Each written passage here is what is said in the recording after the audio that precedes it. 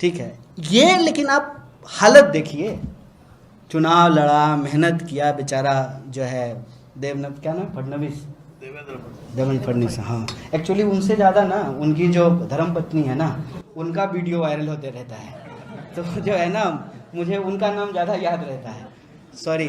तो उनके साथ तो बहुत धोखा किया है, अपनी पार्टी ने धोखा किया है, दूसरी पार्टी से एक आदमी को ला करके जो है उसको चीफ मिनिस्टर बना दिया और उनको जो है मुख्यमंत्री बना करके बिठाए हुए और समझा रहा है कि एकदम आएगा, आपका बारी आएगा, रुक जाइए, पहले शिवसेना को निपटा देने दीजिए, आपका बारी आएगा।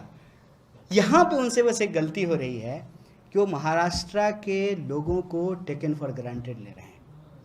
वो टेकन फॉर ग्रांटेड इसलिए ले रहे हैं, इस बगल में है गुजरात, थोड़ा घूम लेते हैं अमित शाह आकर के, थोड़ा महाराष्ट्र का इतिहास उनको मालूम होना चाहिए, ये किसकी धरती है, ये डॉक्टर बाबा साहब भीमराव अम्बेडकर की कर्मभूमि है, ये ज्योतिबा फूले की जन्मभूमि है, यहाँ एक से एक संत महात्मा हुए हैं, वीर योद्धा छत्रपति शिवाजी महाराज की भूमि है, ये बात याद नहीं है उनको शायद।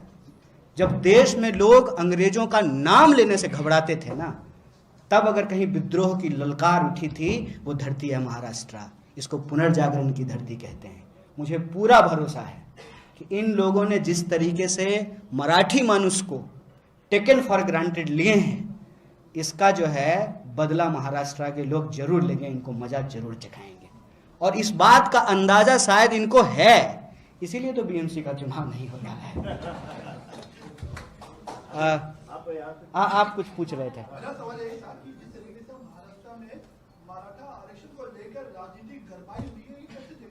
देखिए मेरा मानना है ना कि जब हक की बात हो ना तो उसको सिर्फ राजनीति नहीं कहनी चाहिए। यहीं के एक नेता हुए ना जो बोले थे स्वराज हमारा जन्मसिद्ध अधिकार है। कुछ चीज़ें जो हैं आपका जन्मसिद्ध अधिकार है।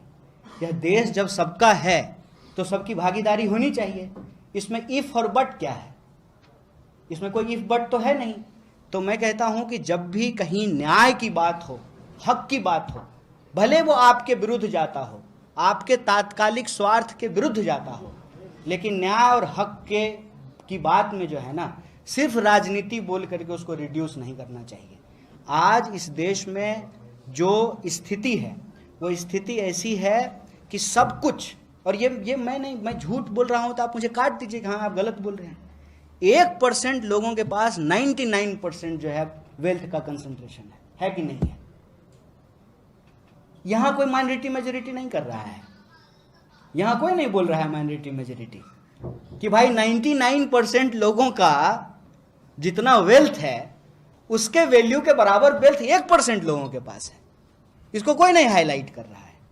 तो जब हक की बात हो, भागीदारी की बात हो, अधिकार की बात हो और आम लोगों के जो वेलफेयर की बात हो, उसको सिर्फ राजनीति बोल करके रिड्यूस नहीं करना चाहिए। ये हमारी नैतिक जिम्मेवारी है, इस बात को हमको समझना चाहिए।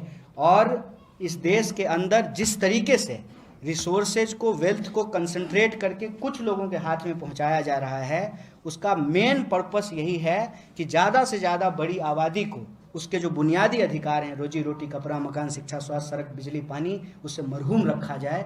और हम समझते हैं कि जो भी पार्टी, सिर्फ हम अपनी पार्टी की बात नहीं कर रहे, जो भी पार्टी, जो भी नागरिक, जो भी समाज, जो भी समुदाय इस देश से प्रेम करता है, उसको इसके खिलाफ अपनी आवाज़ को बुलंद करना चाहिए और अन्याय के खिलाफ बोलना ही देश प्रेम होता है।